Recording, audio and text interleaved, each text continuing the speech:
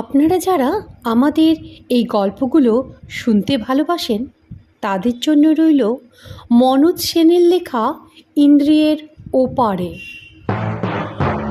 এককালের বিখ্যাত উকিল চিত্তপ্রসাদ রায় অসন্তুষ্ট মুখ তুলে তাকাতেই আমরা কলরব করে উঠলুম। বললুম, অনেক দিন পরে আবার আপনাকে বিরক্ত করতে এসেছি, কিন্তু রাগ করতে পারবেন না। এমন বর্ষার রাতে যদি আপনার রোমাঞ্চকর জীবনের একটা গল্পই না শুনতে পেলাম, তাহলে এই বাদলার কোনো অর্থই হয় না। রায়মশাই দাবার বোর্ড সরিয়ে রেখে বললেন, ভালো ক্লাবের মেম্বার হয়েছিলুম, এই বুড়ো বয়সে একটু নিশ্চিন্ত মনে দাবা খেলবো, তারও উপায় নেই। তা ঠিক আছে, গল্প শুনবেন আপনারা? তা কিসের গল্প?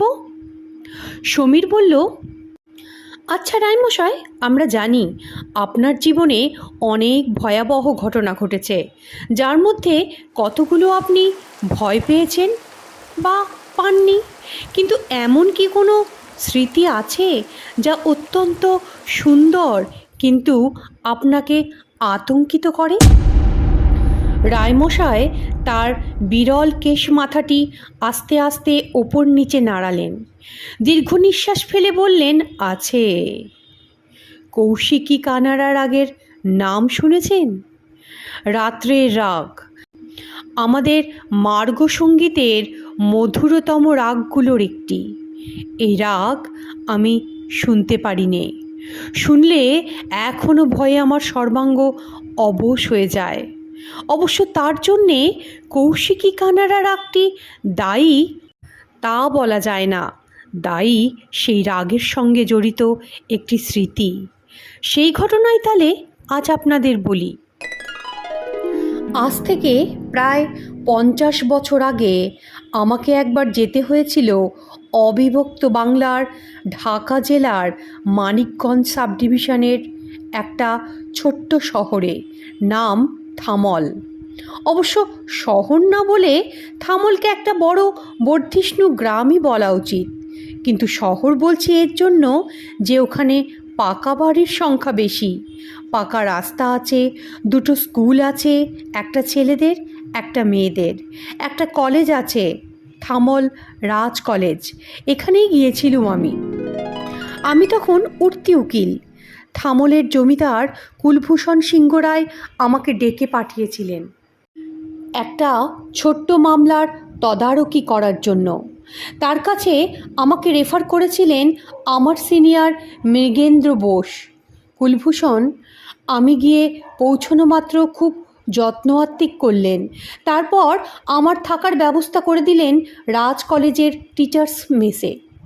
তার একটা কারণ, তার গেস্ট হাউসে তখন কিছু বাইরের লোক ছিল, আর অন্য কারণ, তিনি স্বভাবতই অল্প বয়স বলে আমাকে স্টেটের গেস্ট হাউসের উপযুক্ত বলে বিবেচনা করেননি। তবে যেখানে ব্যবস্থা করে দিলেন সেটাও নেহাত মন্দ ছিল না, বরং আমার কাছে তখন অত্যন্ত ভালো বলেই মনে হয়েছিল। মেষবাড়িটা ছিল শাস্ত্রমঠে 4 তলা, তবে তার মধ্যে প্রথম 2 তলাতেই মেম্বাররা থাকতেন। 3 তলার ছাদের ওপর একটা ঘর ছিল, আর তার ঠিক ওপরেই আর একটা ঘর।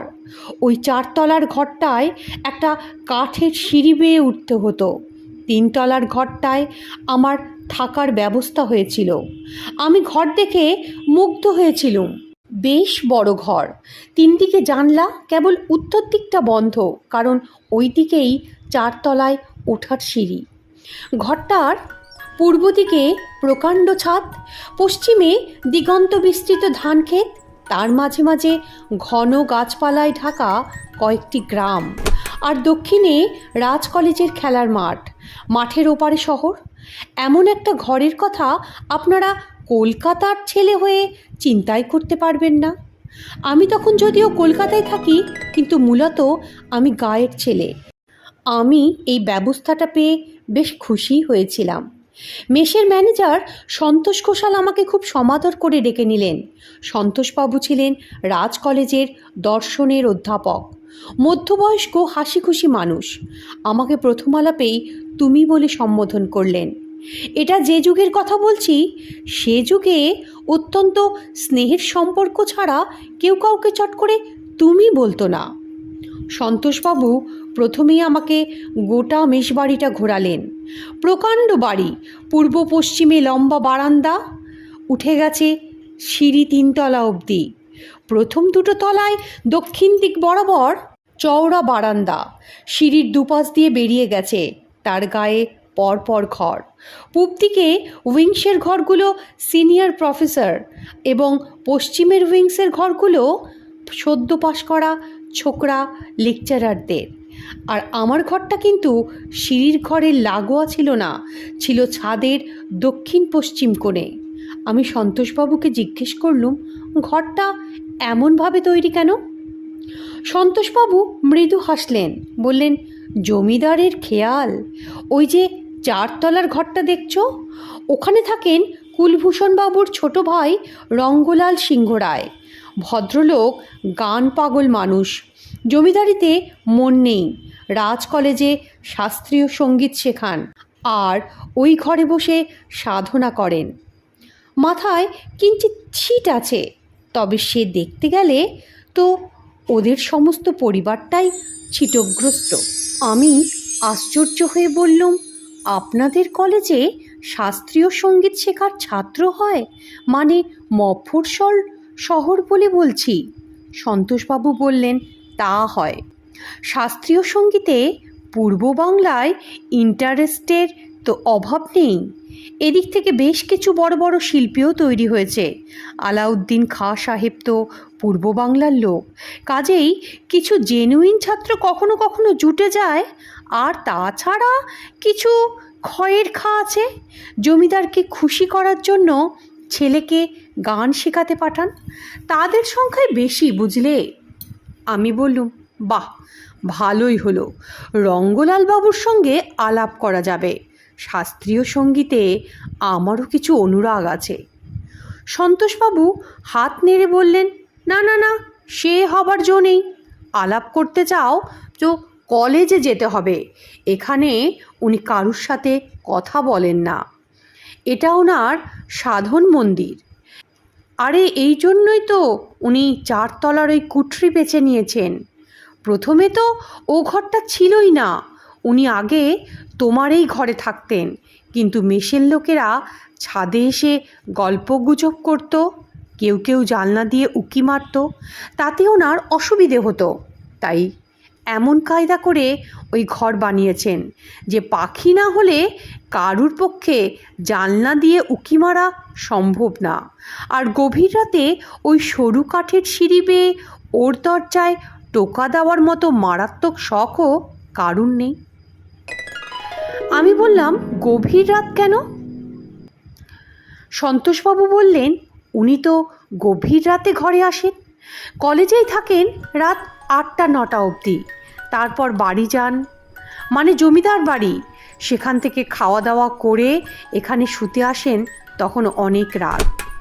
কি মজা জানেন, উনি যে কখন শোন সেটা আমরা আজ পর্যন্ত বের করতে পারলুম না। আমি বললাম, তার মানে?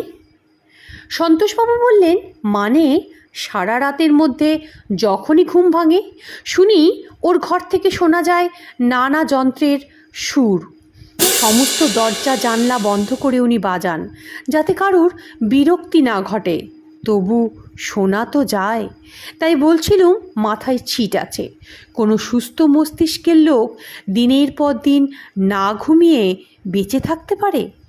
আমার তো বাপু পাক্কা 8 ঘন্টা ঘুম না হলে পরদিন কলেজে লেকচার দিতে অসুবিধে হয়। সন্তোষবাবুর কথাতে আর যাই হোক, এটুকু বুঝলাম যে একটি বিচিত্র লোকের সান্নিধ্যে আমাকে বেশ কয়েকদিন কাটাতে হবে। প্রথম দিন অত্যন্ত ক্লান্ত ছিলুম। বিছানায় শুয়েই কখন যে ঘুমিয়ে পড়লুম জানিই না। ঘুম যখন ভাঙল তখন ভোর হতে বাকি নেই। আকাশ অন্ধকার বটে, কিন্তু প্রথম আলোর চরণধ্বনি শোনবার প্রত্যাশায় নিদ্রিত পৃথিবী যে আস্তে আস্তে জেগে উঠছে সেটা অনুভব করলাম। আর তখনই শুনলাম রঙ্গলাল বাবুর ঘর থেকে ভেসে আসছে এসরাজের মৃদু গুঞ্জন। পরিচিত রাগ, আশাবরী, কিন্তু কি চমৎকার হাত! দেহ মন যেন এক প্রশান্ত আনন্দে ভরে গেল। আমি বিছানা ছেড়ে উঠে আস্তে আস্তে ছাদে গেলুম। পূব দিকে তখন খুব সামান্য রঙের ছোঁয়া লেগেছে। দু একটা পাখিও ডাকতে আরম্ভ করেছে। সেই নির্জন নিশাবসানের মধ্যে আশাবরীর সুরে আপ্লুত হয়ে আমি স্তম্ভিতের মতো দাঁড়িয়ে রইলাম। যখন সুর থেমে গেল তখনও আমার রেশ কাটেনি। আমি যেমন দাঁড়িয়েছিলাম তেমনিই দাঁড়িয়ে রইলাম। চমক ভাঙল কাঠের সিঁড়ির পদশব্দে। আমি মুখ তুলে দেখলাম রঙ্গলাল বাবুকে। রঙ্গলাল সার্থকনামা ব্যক্তি, অমন টকটকে গায়ের রং বাঙালির মধ্যে এর আগে চোখে পড়েনি। কিন্তু ভদ্রলোককে খুব একটা সুপুরুষ বলা চলে না, মোটামুটি রোগাই বলা যায়। মাথা জোড়া টাক, কেবল দোকানের পাশে একগুচ্ছ করে চুল, গর্তে বসা ছোট ছোট চোখ, চাপা নাক আর লাল টুকটুকে মোটা মোটা ঠোঁট। দেখলে মনে হয় যেন লিপস্টিক লাগানো। এক কথায় দেখলে খুশি হয়ে ওঠার মতো চেহারা নয়। ভদ্রলোককে দেখে আমি নমস্কার করলুম, কিন্তু রঙ্গলাল বাবু প্রতি নমস্কার করা দূরস্থান কেমন একটা অদ্ভুত ভ্রুকুটিতে আমাকে অভিষিক্ত করে তাড়াতাড়ি নিচে নেমে গেল। সেটা বিরক্ত না ভয় বুঝতে পারলাম না। একটু বেলা বাড়তে আমিও নিচে গেলুম চায়ের সন্ধানে। সেখানে সন্তোষবাবুর সঙ্গে দেখা। ওকে রঙ্গলাল বাবুর কথা বলতেই বললেন, তোমাকে তখনই বলিনি ওর সঙ্গে এখানে আলাপ করা বৃথা।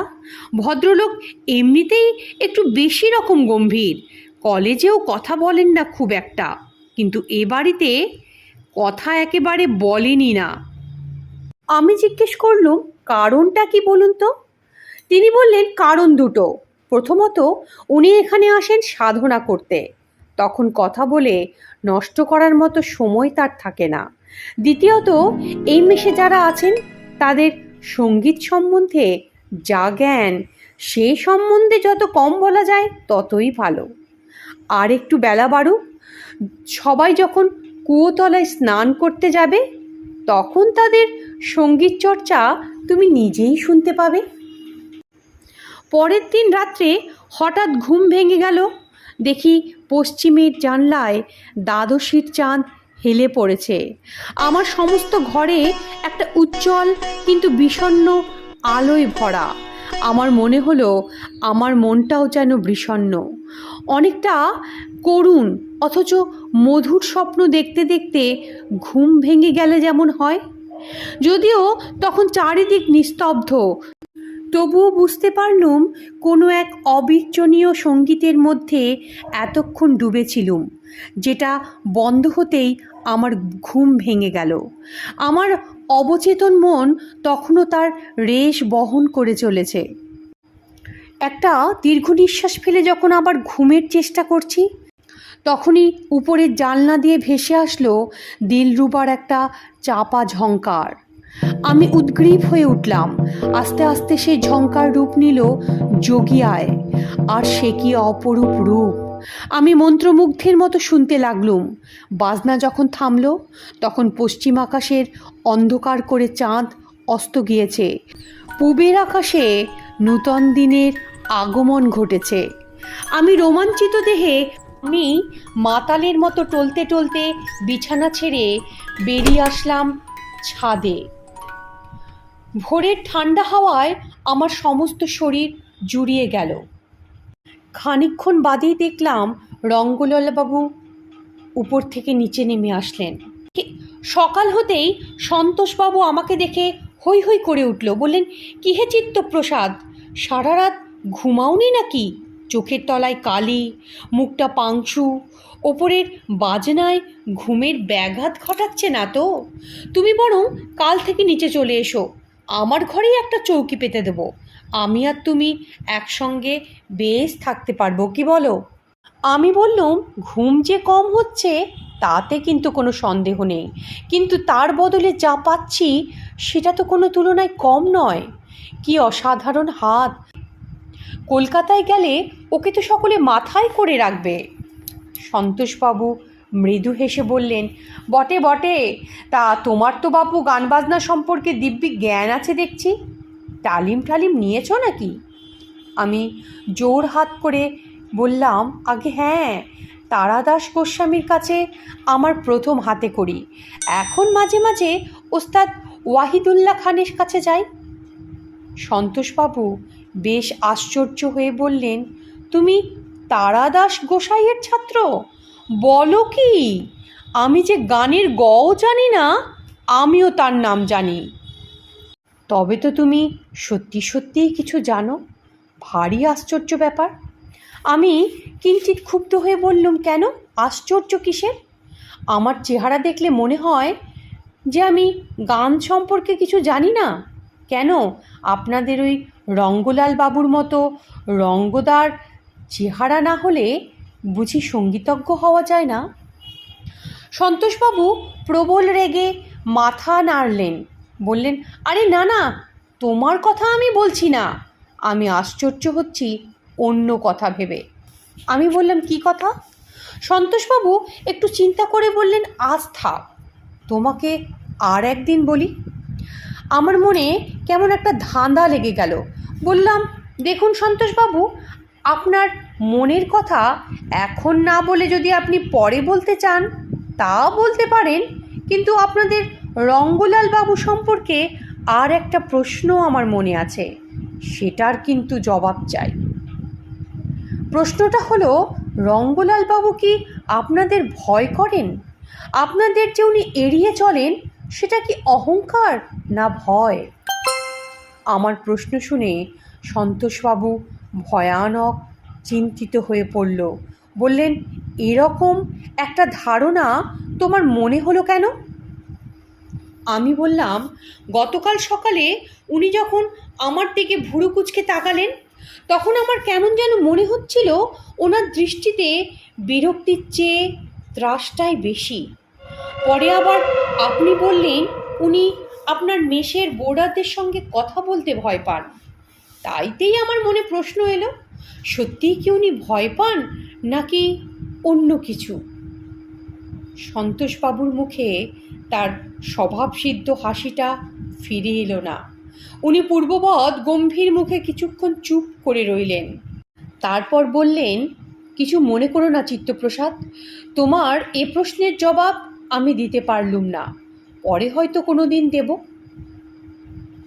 আমি বললাম, আচ্ছা, এ প্রশ্নের জবাব দিতে তো আপত্তি নেই, ওর ঘরটা পরিষ্কার করে কে?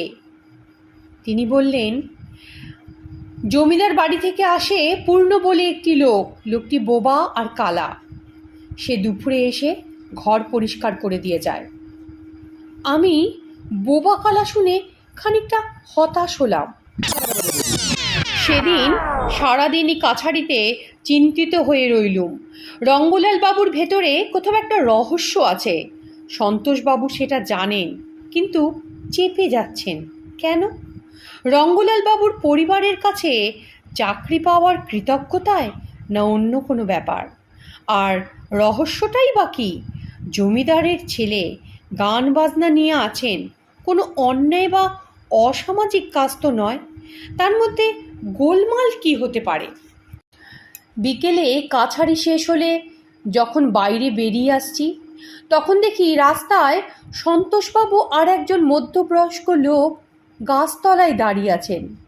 আমাকে দেখে দুজনাই এগিয়ে এলেন। অপরিচিত ভদ্রলোকটির সঙ্গে আমার পরিচয় করিয়ে দিয়ে সন্তোষবাবু বললেন, চিত্তপ্রসাদ, উনি আমাদের রাজ কলেজের অধ্যাপক নৃপেন্দ্রনাথ ঘোষ, একে তোমার কাছে নিয়ে এলুম একটা কথা আলোচনা করব বলে। আজ সকালে তোমাকে যে কথাটা বলবো বলেও বলতে পারিনি, সেটাই আর কি। আমি বললাম, বেশ তো, সে খুব ভালো, তাহলে চলুন ওই বেঞ্চিটায় বসি। বেঞ্চিতে বসে আলাপচারিতা শুরু হলো। সন্তোষবাবু বললেন, দেখো চিত্তপ্রসাদ, নৃপেনবাবুর কেন এসেছে সে কথাটা আগে বলি। আমাদের এ থামলের সিংহরায় পরিবার ছাড়া শাস্ত্রীয় সঙ্গীতে এক্সপার্ট বলতে যদি কেউ থাকেন, তাহলে এই ভদ্রলোক। কথাটা বলতেই নৃপেনবাবু প্রবল বেগে হাত নেড়ে প্রতিবাদ করে উঠল। বললেন, আরে না না, শাস্ত্রীয় সঙ্গীতের আমি কিছু জানি না। আমার বাড়িতে একটা গ্রামোফোন আছে, আর কিছু না। আসলে গান সম্পর্কে আমার কিছু ধারণা আছে, আর সেই সূত্রেই আমাদের আপনার কাছে আসা। আমি ভীত হয়ে বললুম, কি সর্বনাশ, আমাকে গান টান গাইতে বলবেন নাকি? নৃপেনবাবু সহাস্যে বললেন, আপনি তারাদাস গোসাইজির ছাত্র, আপনাকে গাইতে বলবো না তো কাকে গাইতে বলবো? আমি বললাম, তবে কি এখনই? তিনি বললেন, না না, পরে একদিন। ভদ্রলোক আমায় জিজ্ঞেস করলেন, তুমি রাত্রিবেলা কি শুনেছ বলো তো? আমি বললাম, প্রথম দিন এসরাজে আশাবরী, আর দ্বিতীয় দিন দিলরুবার যোগিয়া। নৃপেনবাবুর মুখে এবার হাসি ফুটল। বলল, ও এই, আর দুটোই ভোর রাতে ঘুম চোখে শুনেছ তো? তাহলে ঠিক আছে। আসল কথা কি জানো, রঙ্গলাল ইদানিং কেমন একটা রহস্যময় হয়ে গেছে। আমি বললুম, তার মানে? নৃপেনবাবু বললেন, দেখো, রঙ্গলাল আর আমি ছোটবেলার বন্ধু। আমরা এক পাঠশালায় পড়াশোনা করেছি, তারপর ঢাকা বিশ্ববিদ্যালয়েও একসঙ্গে পড়েছি। আমরা যখন পাশ করি, কুলভূষণবাবু কলেজ খুলেছেন, কাজেই আমরা যে সবাই এখানে এসে কলেজে যোগ দেব, সেটা আর আশ্চর্য কি? এ পর্যন্ত সব ঠিকঠাক চলছিল। গোলমাল বাঁধল বছর আষ্টেক আগে। তখন কুলভূষণবাবুর মেয়ের বিয়ে। সেই উপলক্ষে বেনারস আর লখনৌয়ের কিছু ওস্তাদ এসেছিলেন, আর এসেছিলেন বুড়ো বীণাবাদক ওস্তাদ ওমর আল মালিক আর দুই বাইজি। গান বাজনা শুনে রঙ্গলাল তো হঠাৎ ক্ষেপে উঠল। এর আগে পর্যন্ত রঙ্গলালের সঙ্গীতের প্রতি অতিরিক্ত রকমের কোনো অনুরাগ আমাদের চোখে পড়েনি, বরঞ্চ সুরজ্ঞানের অভাবই চোখে পড়েছে। সেই লোক এখন শাস্ত্রীয় সঙ্গীত শেখবার জন্য মরিয়া হয়ে উঠল। কুলভূষণ স্বভাবতই মনে করলেন যে সুরের চেয়ে দুই বাইজির সুরাতি রঙ্গলালকে আকৃষ্ট করেছে। অতএব ছোট ভাইয়ের কথা শোনা মাত্রই তিনি নাকচ করে দিলেন। কিন্তু নাকচ করলেই কি আর সমস্যার সমাধান হয়? সংসারে লেগে গেল বড় অশান্তি। শেষ পর্যন্ত কুলভূষণ ভাইয়ের প্রস্তাবে রাজি হলেন, কিন্তু শর্ত হলো যে গান তিনি শিখবেন ঠিকই আছে, কিন্তু তিনি লখনৌ যেতে পারবেন না, তাকে এখানেই শিখতে হবে। সেই মতো বুড়ো ওমর আলীকে কুলভূষণ নিয়ে আসলেন এখানে ভাইয়ের সঙ্গীত চর্চার জন্য। ওস্তাদজি তার শিষ্যকে প্রথমে বীণা শেখালেন না, কিন্তু শুরু করলেন এসরাজ আর দিলরুবা দিয়ে। আর শিষ্য প্রবল উৎসাহে শিখতে আরম্ভ করে দিল। কুলভূষণবাবু কলেজের একটি ঘর ছেড়ে দিলেন ওদের, কিন্তু এই শেখানোটা বেশি দিন সুখপ্রদ রইল না। আমরা প্রায় শুনতুম ওস্তাদজি চিৎকার করছেন, বকাবকি করছেন, যেন উনি যা দিতে চাইছেন শিষ্য নিতে পারছে না। এভাবেই কাটল 2 বছর। এর মধ্যে রঙ্গলাল 4টে রাগ শিখল: ইমন, জয়জয়ন্তী, যোগিয়া আর আশাবরী। তারপরে ওস্তাদজি অসুস্থ হয়ে পড়লেন। সেই অসুখ থেকে তিনি আর উঠলেন না। শুধু তিনি সবসময় বিলাপ করতেন, আমি তোমাকে তৈরি করে দিয়ে যেতে পারলুম না, আমি তোমাকে শেখাতে পারলুম না, কিভাবে প্রাণ ঢেলে বাজাতে হয় তাও বোঝাতে পারলুম না। তুমি খুব মন দিয়ে বাজাও, তাতে তোমার সুরটা শুদ্ধ, কিন্তু প্রাণ দিয়ে বাজাও না, তাই সেটা সুন্দর হয় না। ওস্তাদজির মৃত্যুর পর রঙ্গলাল একদম পাল্টে গেল। সে গম্ভীর হয়ে গেল।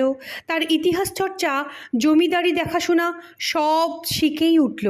সবসময় সে ওই 4টে রাগের রেওয়াজ করে চলল। আমাদের বলতো, আমি যেভাবেই হোক মন প্রাণ ঢেলে বাজাবই, গুরুজির সুর আমার কানে লেগে রয়েছে, সেই সুর আমি তুলবই। কিন্তু প্রতিজ্ঞা করা এক কথা আর পালন করা অন্য ব্যাপার। শত চেষ্টা করেও কিন্তু রঙ্গলাল বাজনার কোনো উন্নতি করতে পারলেন না। সেই একঘেয়ে বিরক্তিকর ঘ্যান ঘ্যানানি বাজনা। আমি যে সামান্য গান বুঝি, আমার পক্ষেও বলা সম্ভব যে ওর বাজনা কেবল খারাপ নয়, রীতিমতো অসহ্য। আমি নৃপেনবাবুকে বাধা দিয়ে বললাম, তাই যদি হবে তাহলে উনি শেখান কী করে? নৃপেনবাবু একটা দীর্ঘ নিঃশ্বাস ফেলে বললেন, আর কি করে, 3 বছর আগে কুলভূষণবাবু ওই একটা মিউজিক ডিপার্টমেন্ট খুলেছেন, মূলত বোধ হয় ভাইকে কিছুটা কাজকর্মে ব্যস্ত রাখার জন্য, নইলে ভাইটা যদি পাগল হয়ে যায় এই ভয়। আর ভাইও সেই রকমই শেখাচ্ছেন। কোনো ছাত্রই তো দেখলুম না 5-6 মাসের বেশি টেকে। তবে কি জানেন, রঙ্গলাল ভালো বাজান কি খারাপ বাজান তাতে আমাদের কিছু যায় আসে না, কিন্তু মানুষটা যদি পাল্টে যায় তবে বন্ধু হিসেবে অবশ্যই যায় আসে। সেই জন্যই সন্তোষের কাছে আপনার মন্তব্য শুনে আমি দৌড়ে এসেছি। তবে কি রঙ্গলালের সাধনা এতদিনে সফল হলো? আমি তো কিছুদিন আগেও শুনেছি, তখন তো কোনো পরিবর্তন লক্ষ্য করিনি। আমার মনে হয় আধো ঘুমের মধ্যে আপনি যা শুনেছেন সেটা আপনার কল্পনা।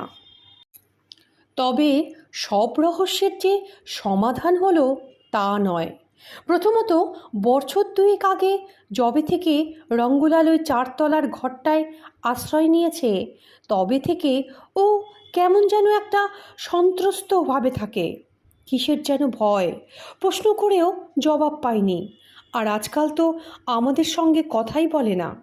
দ্বিতীয়ত, সন্তোষের কাছে শুনেছেন নিশ্চয়ই সারা রাত ওই ঘর থেকে বাজনার শব্দ আসে। তবে কেউ একবারে উন্মাদ হয়ে গেছে, অথচ কথা যখন বলে তখন তো বেশ স্বাভাবিক।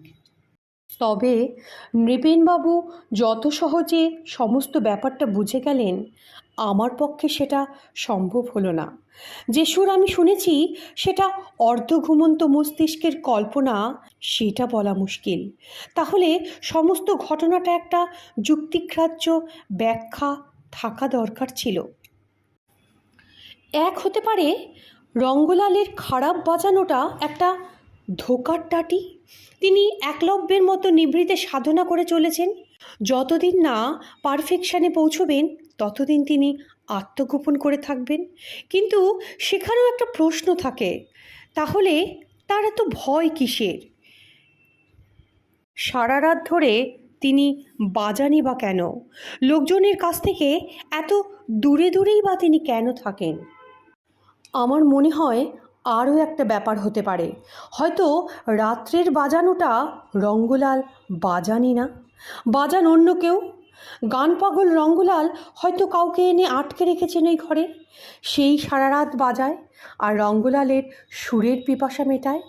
ব্যাপারটা বেআইনি, তাই রঙ্গলালের এত ভয়। কিন্তু 2 বছর ধরে একজন লোককে এভাবে লোকচক্ষুর আড়ালে লুকিয়ে রাখা কি সম্ভব? এসব ভাবতে ভাবতে আমি মেসে ফিরছিলুম। আগেই বলেছি, মেসে আসতে গেলে রাজ কলেজের পাশ দিয়ে আসতে হয়। সেখানে আসতেই একটি ছেলে আমাকে ডেকে বলল, আপনিই তো চিত্তপ্রসাদ রায়, মাস্টার মশাই আপনাকে ডাকছেন। আমি বললাম, কোন মাস্টার মশাই? ছেলেটি বলল, আমাদের গানের মাস্টার মশাই, তিনি ওই দোতলার কোণের ঘরটায় আপনার জন্য অপেক্ষা করছেন। অর্থাৎ রঙ্গলাল। ভালোই হলো, আমি গিয়ে আলাপ করব ভাবছিলুম, এখন তো দেখছি তিনি স্বয়ং ডেকে পাঠিয়েছেন। অতএব তাড়াতাড়ি পা চালিয়ে দোতলার কোণের ঘরটার উদ্দেশ্যে রওনা দিলাম। সেটাই ছিল মিউজিক ডিপার্টমেন্ট। সারা ঘর জুড়ে গালিচা পাতা, তার উপর ইতস্তত কিছু সেতার, এসরাজ, হারমোনিয়াম ইত্যাদি পড়ে আছে। একধারে কয়েকটা আলমারি ভর্তি কিছু বই আর খাতাপত্র। তাদের সামনে একটা তাকিয়া ঠেস দিয়ে গালচের ওপর আর হয়ে শুয়েছিলেন সেই ভদ্রলোক। আমাকে দেখে তিনি সোজা হয়ে বসলেন, একটা হাত অলসভাবে সামনে মেলে দিয়ে বললেন, বসুন। আমি একটা নমস্কার করে তার সামনে বসে পড়লুম।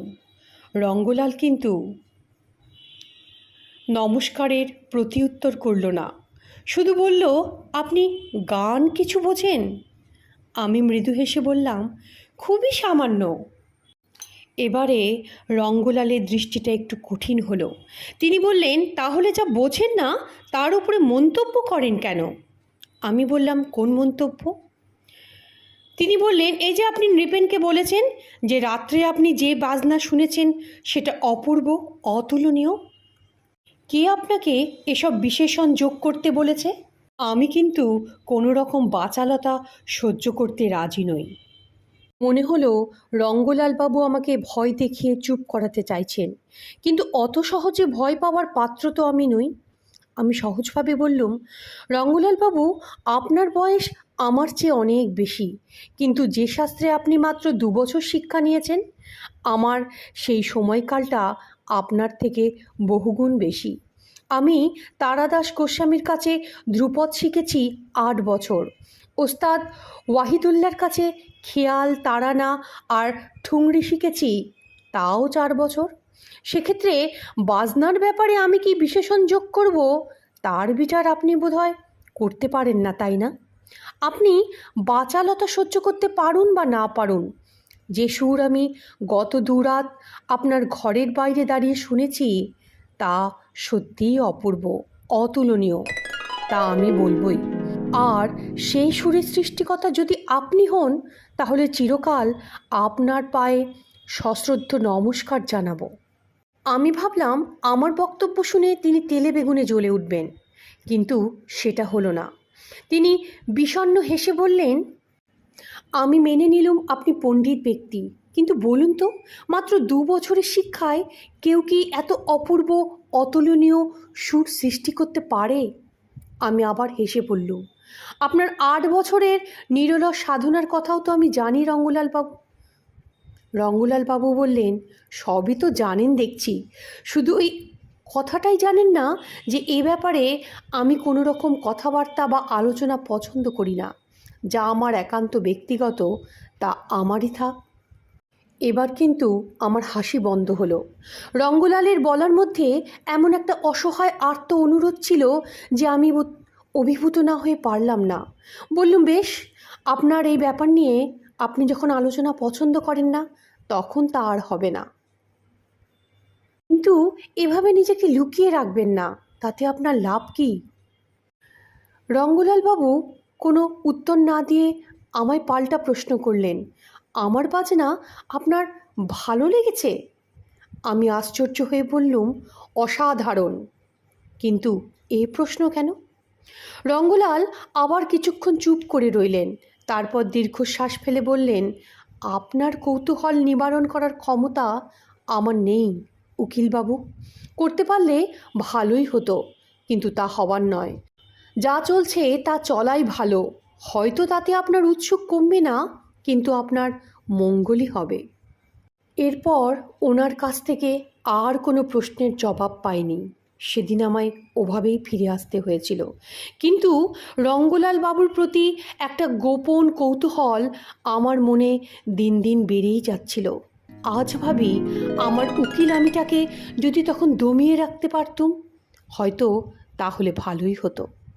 সে রাত্রে স্বভাবতই ঘুমোবো না বলে স্থির করে ফেললুম। মাথার কাছে একটা হ্যারিকেন জেলে সখারাম গণেশ দেউলস্করের দেশের কথা পড়তে শুরু করলুম। রঙ্গলাল যে কখন ওপরে গেলেন টের পাইনি। হঠাৎ সেতারের ঝংকারে চমক ভাঙল। নৃপেনবাবুর কথা মনে পড়ল। সেতার বাজার তো কথা নয়। আর তারপর সেই ঝংকারের ভেতর থেকে ধীরে ধীরে রূপ নিল মারোয়া।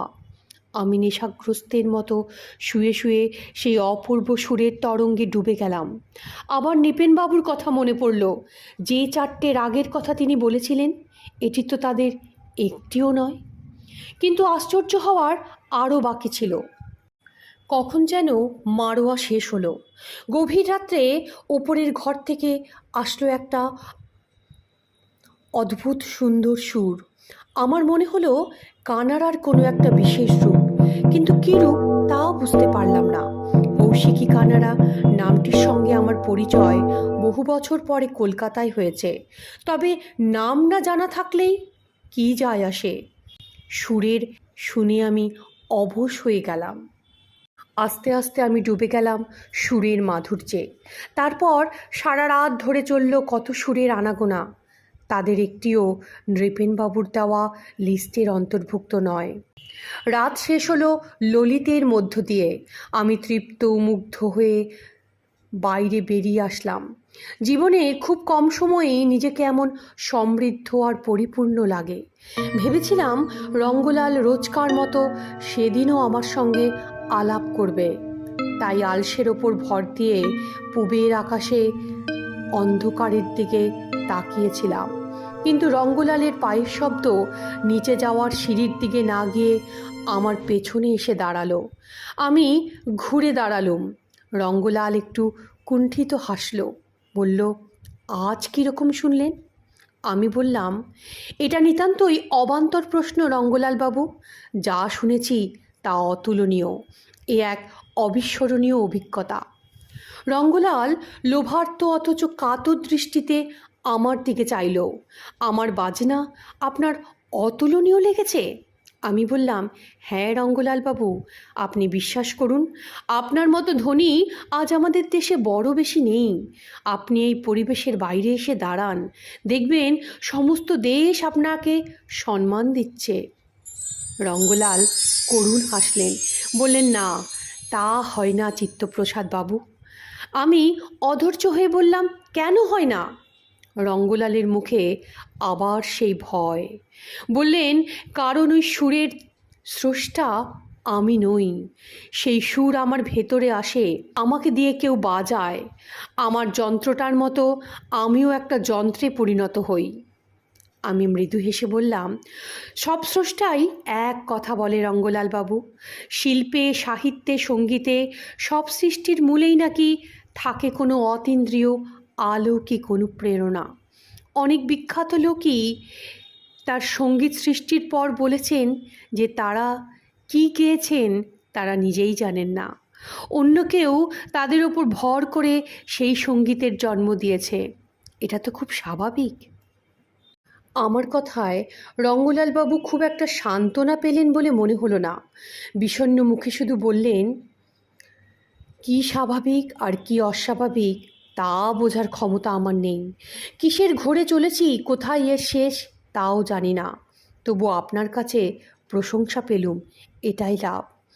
আমার হাত দিয়ে কখনো কখনো সুন্দর বাজনা বেরোয়, সেটা জানতে পারাই তো মস্ত বড় পুরস্কার। আমার মনে মনে একটা লোভ হলো। আমি রঙ্গলাল বাবুকে বলেই ফেললাম, আপনার বাজনা শোনার অনুমতি যদি আমাকে দেন, আপনার সামনে বসে শুনবো, কিন্তু আপনাকে ডিস্টার্ব করব না। রঙ্গলাল বাবু বললেন, কী যে বলেন তার ঠিক নেই। আপনি কলকাতার লোক, সারা ভারতে কত শিল্পীর সঙ্গীত শুনেছেন, আর আপনি আমার মতো একটা লোকের বাজনা শুনতে চান? প্রবল মাথা নেড়ে বললেন, না না, তা হয় না। আমি মৃদু হেসে বললুম, আমি আপনাকে বিরক্ত করব না। আমি অনেক ঘরোয়া জলসায় ওস্তাদ মাহফুজ খান, ওস্তাদ ইমরাত হোসেন, পণ্ডিত শঙ্করলাল এদের বাজনা শুনেছি। আমার অভিজ্ঞতা আছে, আপনাকে কোনো অসুবিধেয় পড়তে হবে না। আমার কথা শুনে রঙ্গলালের দুই চোখ জলজল করে উঠল।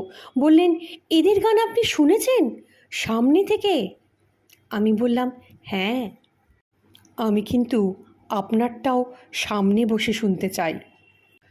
উত্তেজনা আড়াল করে রঙ্গলাল বলে উঠল, এদের সঙ্গে আপনি আমার তুলনা করছেন? আমি বললাম, হ্যাঁ, আমার এতটুকুও ভুল হয়নি, সে বিষয়ে আমি নিশ্চিত। হঠাৎ সব সংযমের বাঁধ ভেঙে গেল। রঙ্গলাল দৃঢ়কণ্ঠে বললেন, বেশ, তাই হবে। আমি আজ রাত্রিকালে ফেরার সময় আপনাকে ডেকে নেব। আপনি যেন ঘর ছেড়ে কোথাও যাবেন না। রাত্রে রঙ্গলাল বাবুর ঘরে ঢুকতেই বোধ হলো কোনোদিনও ঘরের দরজা জানলা খোলা হয় না। ঘরের মধ্যে কেমন স্যাঁতসেঁতে বাসি গন্ধ। ঘরটা মনে হয় যেন একটা অন্ধকূপের মতো। ঘরের একপাশে একটা খাট, তার উপরে সাদা চাদর, খাটের সামনে মোটা কার্পেট, বাকি মেঝেটাতে ঢেকে রেখেছে কার্পেটের ওপর নানা রকমের বাদ্যযন্ত্র, সেতার, সরোদ, দিলরুবা, বেহালা, আরও কত কী। আমি সন্তর্পণে এদিক ওদিক চাইলাম, অন্য কোনো লোকের অস্তিত্ব ঘরে টের পেলাম না। রঙ্গলালবাবু একটা বড় ল্যাম্প জ্বালালেন, তারপর দরজাটা বন্ধ করলেন। আমি বললাম, জানলাগুলো খুলে দিই। আমার কথা শুনে বিদ্যুৎ বেগে ঘুরে দাঁড়ালেন রঙ্গলাল। বললেন, না, চুপ করে এখানে বসুন। বুঝতেই পারলাম না জানলা খুলতে বলায় লোকটা অত ক্ষেপে গেল কেন। তারপর তিনি নিজেও কার্পেটের ওপর বসে এসরাজ টেনে নিলেন। তারপরে যে সুরটা তিনি বের করলেন সেটা মোটেও আনন্দবর্ধক নয়। রাগটা যে জয় জয়ন্তী সেটা বুঝলাম, কিন্তু সেটা যতই এগোতে লাগলো ততই আমি বিমর্ষ হলাম। একেবারে শিক্ষানবিষাদ। যে কোনো গানের স্কুলের প্রথম শ্রেণীর ছাত্রদের হাতে এরকমই শব্দ পাওয়া যায়। কিন্তু মনে মনে নিজের মনকে সান্ত্বনা দিলাম, বললাম, ধৈর্য ধরে বসো। কিন্তু বেশিক্ষণ ধৈর্য ধরতে হলো না। হঠাৎ রঙ্গলাল বাজাতে বাজাতে চোখ তুলে আমার দিকে তাকালেন। বোধহয় আমার মুখের ভাব দেখছিলেন। ধীরে ধীরে ওর চোখের পাতা ভারী হয়ে এলো, মাথাটা একটু সামনের দিকে নুয়ে পড়ল, আর সেই সঙ্গে ওর শিক্ষানবিশ হাত থেকে জয় জয়ন্তী একটা অবিশ্বাস্য সৌন্দর্যময় পরিণতির দিকে এগিয়ে চলল। এই পরিবর্তনটা আসতে যে কত সময় লেগেছিল তা আজ আমি বলতে পারবো না। আমি সেই সুরে আচ্ছন্ন হয়ে পড়েছিলাম। হঠাৎ আমার মনে হতে লাগলো আমি একটা আলো বাতাসহীন অন্ধকার ঘরের মধ্যে পড়ে গেছি, যেখানে জলের বদলে আছে সুর। আমি সেই সুরে ডুবে যাচ্ছি।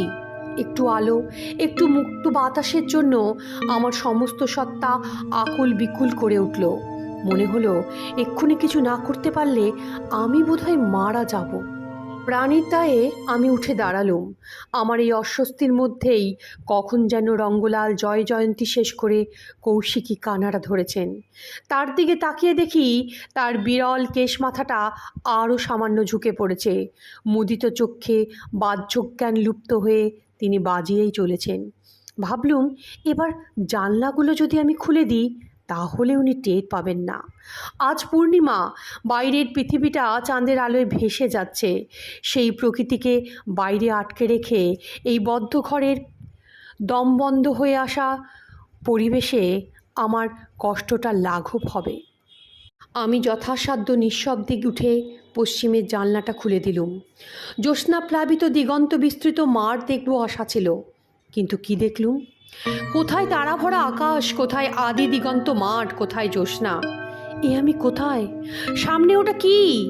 আসলে আমি যে কি দেখেছিলুম তা আমি নিজেই ভালো বর্ণনা করতে পারবো না। আমার মনে হলো যেন জানলার বাইরে একটা নীলাভ ধূসর ম্লান দ্যুতিময় কুয়াশা স্তর। সেটা নড়ছে, চড়ছে, তালগোল পাকাচ্ছে, কখনো উজ্জ্বলতায় বাড়াচ্ছে, কখনো কমাচ্ছে। আর সেই স্তরের পেছনে কতগুলো অবছায়া শরীর। কি তাদের অবয়ব, কি তাদের রূপ, কিছুই বুঝতে পারছিলাম না। কিন্তু সেই জানলার বাইরে সেদিন যারা দর্শক বা শ্রোতা হিসেবে উপস্থিত ছিল তারা যে রক্ত মাংসের মানুষ নয় সেটা আমি কয়েক মুহূর্তেই বুঝতে পেরেছিলাম।